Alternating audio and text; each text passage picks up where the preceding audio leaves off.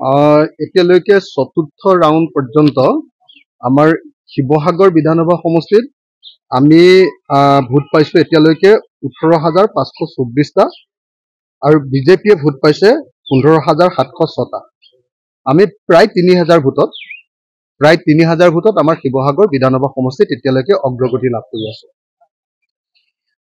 দ্বিতীয়তে ডিমৌ যিটো বিধানসভা সমষ্টি, ডিমৌ বিধানসভা সমষ্টিত বিজেপিয়ে 13,253টা ভোট পাইছে তৃতীয় ৰাউণ্ড পৰ্যন্ত আৰু আমি পাইছোঁ কংগ্ৰেছৰ কেণ্ডিডেটে আমাৰ বিৰোধী ঐক্যমঞ্চৰ কেণ্ডিডেটে পাইছোঁ 13,689টা। তাতো আমি কেইটামান ভোটত 300মান ভোটত আমি এতিয়াও জয়লাভ কৰি আছোঁ। সামগ্ৰিকভাৱে এতিয়া আমি যোৰহাট লোকসভা সমষ্টিত প্ৰায় 14,000 ভোটত এই মুহূৰ্তত 14,000 ভোটত আমাৰ প্ৰাৰ্থী বিৰোধী ঐক্যমঞ্চৰ প্ৰাৰ্থী গৌৰৱ গগৈ ডাঙৰীয়া জিকি আছে আৰু সেইকাৰণে আমি একেবাৰে আশা প্ৰকাশ কৰিছোঁ যে এই ট্ৰেণ্ডটো সঁচাকৈ আগবাঢ়ি যাব। ফাৰ্ষ্ট যিটো মিচিং অঞ্চল আছিলে মোৰ সমষ্টিৰ যিটো দিচাংমুখ, তাত আমি অলপ ভোটত পিছ পৰিলোঁ, কেইটামান ভোটত পিছ পৰিছিলোঁ, কিন্তু বাকীবিলাক পঞ্চায়তৰ যেতিয়াই হেৰিটো খুলিলে তেতিয়াই দেখা গ'ল যে নহয় আমাৰ ভোটৰ ট্ৰেণ্ডটো আকৌ আগবাঢ়ি গুচি গ'ল। গতিকে এইটো খুব খাটাংকেই ক'ব পাৰি এতিয়া যে যোৰহাট লোকসভা সমষ্টিত আমাৰ প্ৰাৰ্থী গৌৰৱ গগৈ, ইণ্ডিয়াৰ প্ৰাৰ্থী বিৰোধী ঐক্যমঞ্চৰ প্ৰাৰ্থী গৌৰৱ গগৈ জিকিব। দ্বিতীয় কথাটো হ'ল যে গোটেই অসমত যি ধৰণৰ মানে বিজেপিয়ে যিটো হাৱা দি আছিলে যে তেওঁলোকে 12টাত জিকিবই আৰু 13টাও হৈ যাব পাৰে, সেইটো যে নহয়, ইতিমধ্যে সেই কথাটো ইতিমধ্যে প্ৰতীয়মান হৈ গৈছে, তাৰ ট্ৰেণ্ড ইতিমধ্যে দেখিবলৈ পোৱা গৈছে। আৰু তাতকৈ ডাঙৰ কথাটো হ'ল যে অল ইণ্ডিয়াত এক্সিট পোলে যিটো দেখুৱাই আছিলে বা বিজেপিয়ে যিটো কথা কৈ আছিলে যে সাংঘাতিক ধৰণে বিজেপি জিকিব, এতিয়াতো প্ৰধানমন্ত্ৰীয়ে তেওঁৰ নিজৰ সমষ্টিত এতিয়ালৈকে পিছ পৰি আছে।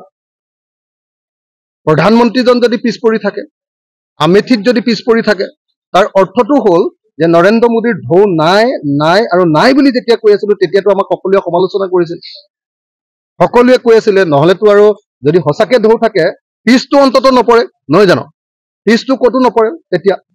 গতিকে এই মুহূৰ্তত এটা কথা ক'ব পাৰি যে আমি আশা কৰাৰ নিচিনাকৈ হয়তো বুলি মই কৈছোঁ, হয়তো আমি ইণ্ডিয়া গঠবন্ধনে আমাৰ ইণ্ডিয়া মঞ্চই ঐক্যমঞ্চই আমি চৰকাৰ হয়তো গঠন কৰিব পাৰিম। দ্বিতীয়তে আমি আশা কৰা ধৰণে হয়তো অসমতো আমাৰ ভাল ৰিজাল্ট হ'ব। বিজেপিৰ যি অপপ্ৰচাৰ, বিজেপিৰ যি অপশাসন, বিজেপিৰ যি দাদাগিৰি, বিজেপিৰ যি ফেচিবাদ আৰু সাম্প্ৰদায়িক ফেচিবাদ, তাৰ বিৰুদ্ধে ৰাইজে ভোট দিছে। বিজেপিয়ে যি ধৰণে দেশ বিক্ৰী কৰিছে তাৰ বিৰুদ্ধে ৰাইজে ভোট দিছে।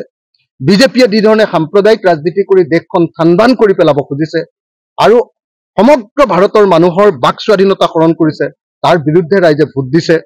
আৰু বিজেপিয়ে যি ধৰণে মূল্যবৃদ্ধি কৰিছে তাৰ বিৰুদ্ধে মানুহে ভোট দিছে।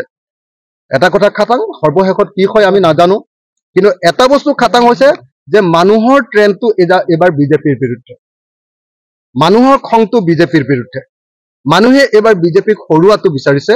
আৰু সেইকাৰণে মই আশা কৰোঁ যে নিশ্চয় এইবাৰ NDA নহয়, এইবাৰ ইণ্ডিয়াই চৰকাৰ কৰিব। অসমতো আমাৰ বিৰোধী ঐক্যমঞ্চই যথেষ্ট ভাল ফলাফল দেখুৱাব, আমি আশা কৰা মতে ফলাফল দেখুৱাব আৰু আমাৰ নিজৰ সমষ্টি যোৰহাটত আমি নিশ্চিতভাৱে জয়লাভ কৰিম। এই কথাটো আমি এতিয়া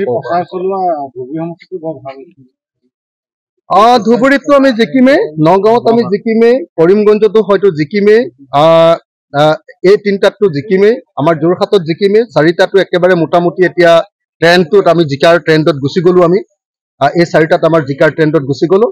মই আশা কৰিম যে শেষলৈকে আমি গুৱাহাটী আৰু ডিব্ৰুগড়তো জিকিব পাৰিম।